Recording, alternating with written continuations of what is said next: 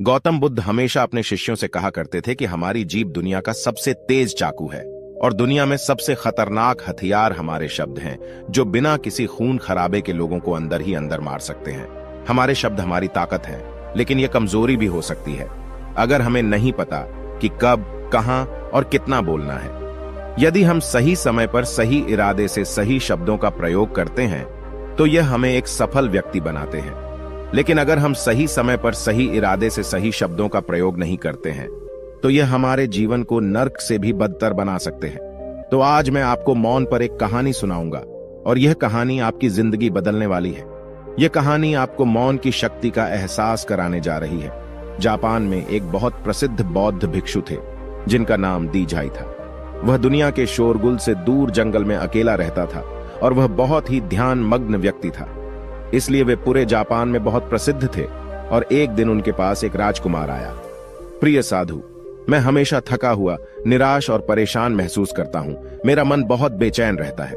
हालांकि मेरे पास सब कुछ है, धन, प्रसिद्धि और सभी विलासिता जो एक व्यक्ति पाने की ख्वाहिश रखता है, लेकिन फिर भी मेरे अंदर शांति नहीं है। तो साधु ने कहा, आपको इसका उत्तर पता है, लेकिन आपने कभी इसकी खोज नहीं की। साधु ने कहा कि मैं एक प्रयोग करना चाहता हूं। क्या आप वह प्रयोग करना चाहेंगे? इस प्रयोग के बाद आपके जीवन में कोई अशांति और चिंता नहीं रहेगी। यह सब सुनकर राजकुमार बहुत परेशान हुआ, लेकिन उसने साधु से कहा कि मुझे बताओ कि मैं क्या करूं। मैं अपने मन की शांति के लिए कुछ भी करने को तैयार हूं। तब साधु ने शांत स्वर में उत्तर दिया, अगले 10 दिनों तक आप मेरे आश्रम में रहेंगे और सामान्य व्यक्ति की तरह रहेंगे, और इन 10 दिनों तक आप अकेले मौन में बैठेंगे और जितना हो सके कम बोलेंगे। राजकुमार साधु की बात से सहमत हो गया। पहले दिन उन्हें लगा कि उनका मन सामान्य व्यक्ति से ज्यादा विचलित है। उसके मन में तरह तरह के सवाल उठ रहे थे और वह आम लोगों की तरह जीवन जीने में असहज महसूस कर रहा था। उसके भीतर बोलने की प्रबल इच्छा थी, पर वह मान गया और कुछ न बोला, एक शब्द भी नहीं। लेकिन वह चुपचाप बैठा रहा। लेकिन जैसे जैसे रात होती गई, उसे एक बड़ी शांति का अनुभव हुआ। उसके लिए यह बड़ा अजीब था। वह अंदर ही अंदर खुश हो रहा था और अपने आप से पूछ रहा था कि बेचैनी कम क्यों हो रही है। अगले दिन राजकुमार एकांत में बैठा प्रकृति को, फूलों को, पौधों को, आकाश में उड़ते पक्षियों को देख रहा था। अपने जीवन में पहली बार वह देख रहा था कि उसके चारों ओर कितनी सुंदर प्रकृति है। वह अपने चारों ओर प्रकृति को देख और महसूस कर सकता है। इस तरह एक हफ्ता बीत गया और उसके मन की सारी बेचैनी, सारी उथल पुथल, सब कुछ गायब हो गया। 8वें दिन की सुबह राजकुमार की आंखें अपने आप बंद होने लगीं और वह गहरे ध्यान में डूब गया। उसने आंखें बंद की, गहरे ध्यान में चला गया। कोई चिंता नहीं थी, मन में शांति थी। राजकुमार को भीतर ही भीतर गहन शांति का अनुभव होने लगा।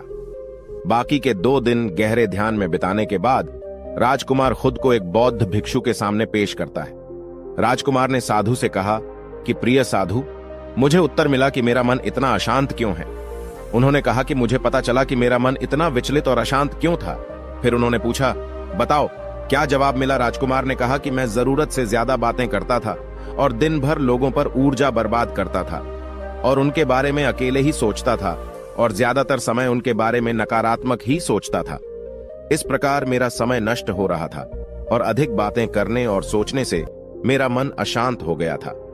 इस वजह से मैं कोई भी काम अच्छे से नहीं कर पाता था, जिसके कारण मैं लगभग हर काम में असफल होने लगा था और निरंतर असफलता ने मुझे और अधिक उदास और चिड़चिड़ा बना दिया और इसने मेरे जीवन को और नष्ट कर दिया। लेकिन ये 10 दिन बिल्कुल अलग थे। अब ऐसा लग रहा है कि अपनी जिंदगी को पूरी तरह से जी रहा हूं और इससे पहले मैं अपनी जिंदगी गलत तरीके से जी रहा था। मैंने यह भी सीखा कि हमें ध्यान करने की आवश्यकता नहीं है, ध्यान अपने आप हो जाता है।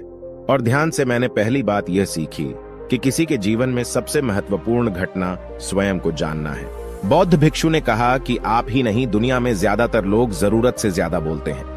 आज भी ज्यादातर लोग एक दूसरे को नीचा दिखाने के लिए ही बोलते हैं और आज भी लोग ज्यादा बातें करते हैं और अपना जीवन बर्बाद कर रहे हैं। साधु ने राजकुमार को मौन रहने का महत्व समझाया और कहा कि एक बार शिष्य गौतम बुद्ध से पूछते हैं कि प्रिय बुद्ध, आप अधिकांश समय मौन क्यों रहते हैं?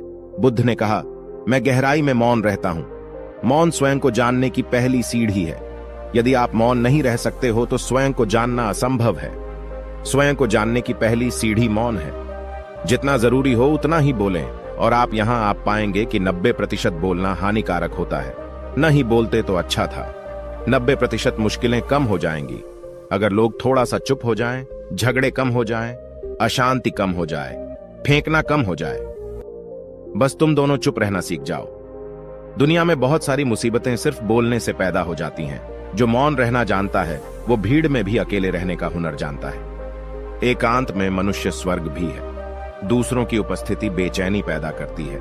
पहले अपने साथ मौन धारण करो, फिर अपनी ऊर्जा को मोड़ में आने दो, मन को घर आने दो। जब आप दूसरों की उपस्थिति से उठते हैं और परेशान हो जाते हैं तो उचित है कि आप अपनी आंखें बंद कर लें और अपने आप में खो जाएं। तुम वहां से भी ताजगी पाओगे क्योंकि तुम्हारे जीवन का स्रोत वहीं छिपा है। वह किसी और में नहीं है, लेकिन तुम्हारी जड़ें तुम्हारे जैसी हैं। आखिर कौन तुम्हें अपने भीतर ले जाएगा? यदि कोई ना हो तो मुझे स्वयं ही भीतर जाना होगा। इसलिए अपने भीतर जाओ, वही परम राजा है, वही जीवन का स्रोत है, वहीं से आनंद का जन्म होता है, वहीं से तुम मृत्यु में डूबोगे, वहीं तुम्हारा सूर्य उदय होगा, वह फिर अस्त होगा। जब भी तुम डुबकी लगाकर लौटोगे वहीं से पाओगे, फिर तुम फिर से तरोताजा हो जाओगे। तब जीवन का नया धन पाओगे, फिर नई शक्ति का जन्म होता है। थकान मिटती है, उदासी मिटती है, चिंता मिटती है।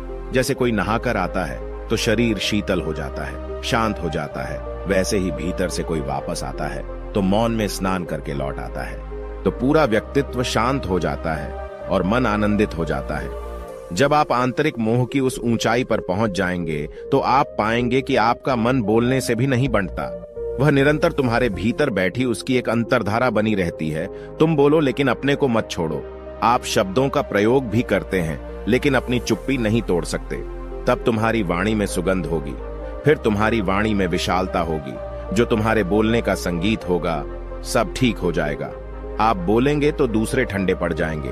भीतर से मौन होते ही आप इतने शक्तिशाली होने लगते हैं कि समाज की पराधीनता छोड़ने लगते हैं और आपकी जिंदगी में एक ऐसा मजा आता है जो सिर्फ दीवानों की जिंदगी में होता है।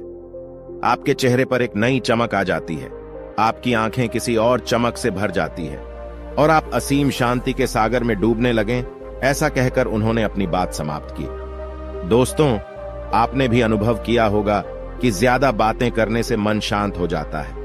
हम अपने मन के साथ साथ अपने ध्यान पर भी नियंत्रण खो देते हैं। जो लोग बहुत अधिक बातें करते हैं उनमें किसी एक कार्य पर ध्यान केंद्रित करने की क्षमता नहीं होती है, इसलिए वे अपने किसी भी लक्ष्य पर पूरी तरह से केंद्रित नहीं होते हैं और वे जीवन की सच्चाई को नहीं समझ पाते हैं और न ही कभी मनचाही सफलता प्राप्त कर पाते हैं। इसके अलावा आपने देखा होगा वो लोग अक्सर लोगों के बीच हंसी का पात्र बन जाते हैं और जो कम बोलते हैं और अपनी बात पर टिके रहते हैं उन्हें सम्मान मिलता है। लोग जो कहते हैं उसे सुनते हैं और विश्वास करते हैं और अशांत मन वाला व्यक्ति जीवन में किसी भी कार्य में सफल नहीं हो पाता क्योंकि उसका किसी भी कार्य में मन नहीं लगता। अगर कोई व्यक्ति जानता है कि उसे कब, कहां और क्या कहना है तो वह वास्तव में बहुत बुद्धिमान है और ऐसा व्यक्ति जहां भी जाता है आकर्षण का केंद्र बन जाता है और जो कुछ भी करता है उसमें सफल हो जाता है। यदि हम महान व्यक्ति के व्यक्तित्व को देखें तो पता चलेगा कि वह कम बोलते हैं और कम से कम शब्दों में अपनी बात समाप्त करते हैं। वह बोलने से पहले गहराई से सोचता है कि उसे क्या कहना है। लेकिन जो लोग अधिक बोलते हैं वे कई बार झूठ बोलते हैं और अपनी बातों से दूसरों के दिमाग पर कचरा डालते रहते हैं। वह अधिकतर दूसरों की बुराई ही करता रहता है, इसलिए उसके अपने भी उससे बचने और उससे दूर रहने की कोशिश करते हैं। हमारे भारतीय उपनिषदों में कहा गया है कि हमारे वचन ही वास्तविक धर्म हो सकते हैं। मौन से धैर्य आता है, धैर्य से ध्यान आता है और ध्यान से व्यक्ति अपने जीवन के प्रति जागरूक हो जाता है। दोस्तों, आप भी प्रतिदिन कम से कम 30 मिनट एकांत में शांत बैठने का प्रयास करें। इससे आप सब में एक सकारात्मक बदलाव अवश्य आएगा। इसी के साथ हम इस कहानी को समाप्त करते हैं। धन्यवाद।